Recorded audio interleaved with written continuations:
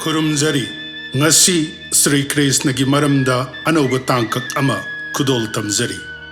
Bedabu Shruti kawi. Mabu araiba mawngda takliba Puran amadi dharma shastra singbuna smriti kawi. Ani asi yetnarakpa khudingda Shruti na matam chupad chummi. Tongan ba Puran singda tongan ba lai singbu Bhagavan haina kauduna. Khwaidagi athoibani haina takli. Aikoina Bhagavan Shri Krishna ki maramda khanaba amadi khanba matamda maru oina magi nungsiba saktam magi vansi amadi makhal kayagi lila sing asina ayambani adubu Shrutina masidagi hena luthana magi masakpu takli Shrutina wahang hangli ka paramodebaha khwaidagi athoibalai kanano masigi paukumbu Shrutina sumna piri Krishna havai harihi paramodevaha dhyayata bhaja kirtaya satatam Hari haina kauba Shri Krishna na ningnapham latnapham amadi saithapham oiba athoiba laini makha taba wahangda mabu khanglaba matungda makha tana karimata khangningai leitaba mahaktu kanano haiba wahangi paukum oina Mahak Krishna ni takli Mangondagi ahanba kana amata leite Mi lai hingsaba yauna Zagat pumbasi Mahavishnu gi makha poli Hairiba Mahavishnu dumak Shri Krishna gi makha pon bani Jiva singdi Atma amadi haksang Ani asi pullaga oi bani Adubu Ibungo magidi Atma amadi haksang haiba leite Animak amata oi Mai sing nung sit laibak amadi atiana oiba mioibagi haksang magi mafamda leite magi anga khuding loina sarvakya oibani magi dham golok brindabanda prem natana aisorjagi mafam leite aisorjadi Shri Vishnu gi mafam oiba Vaikunthada loire brindabonda mana changbagi ayaba leite Mahavishnu dagi Shri Krishna na lila madhurja prem madhurja Benu madhurja amadi rupa madhurja hairiba gun mari si henduna punna ibungo magi gun humpuga mari lay araiba londa mayumda mama mapana nungsina thoi natraga tum haina kaujaba machadu Manipur gi DGP oiduna uniform setlaga magi office ta phamlabadi ngasaigi tum du oidre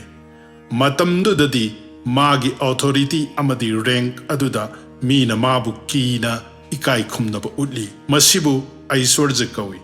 masini Shri Krishna ga Mahavishnu ga khetnaba adugumba jagat pumbabu chalairiba Mahavishnu gi haurakpham oiba Krishna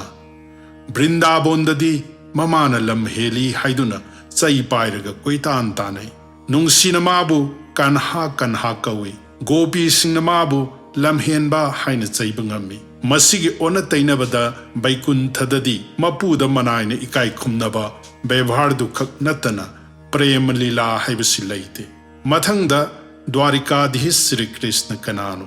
Sridham Dwarika Vaikunthadagi magun heli maramdi mafam sida ibungogi aisorja amadi madhurja animakna nganthoidi Sridham asi jagatta khwaidagi hena aisorjana seva tauba Lakshmi koti nangan thoi biba mafamni adubu mafam sida madhurja bhap rasta lila kayagi rasabu chupchaba bhakta kayasu lairi Dwarkadagi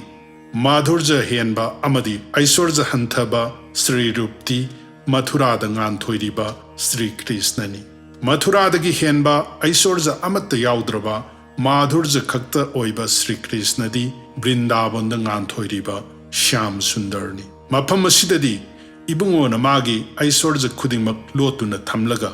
madhurja khaktabu phongdokli yoga mayana maram oiduna bhakta amadi Bhagavan gi marakta leiba khetnaba adu phauba kauthok halli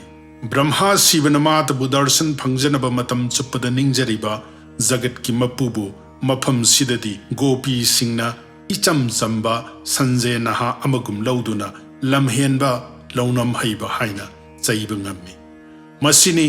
Vrindavan gi madhurja prem Shri Krishna gi nungainaba matam chuppada seva taujakraba rasika bhakta singi dham Sri Vrindavangi manungdasu kunjada nganthoi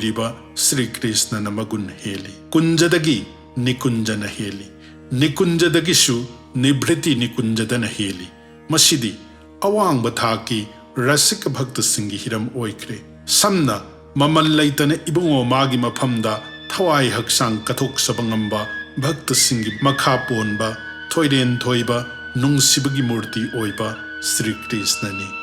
Hare Krishna.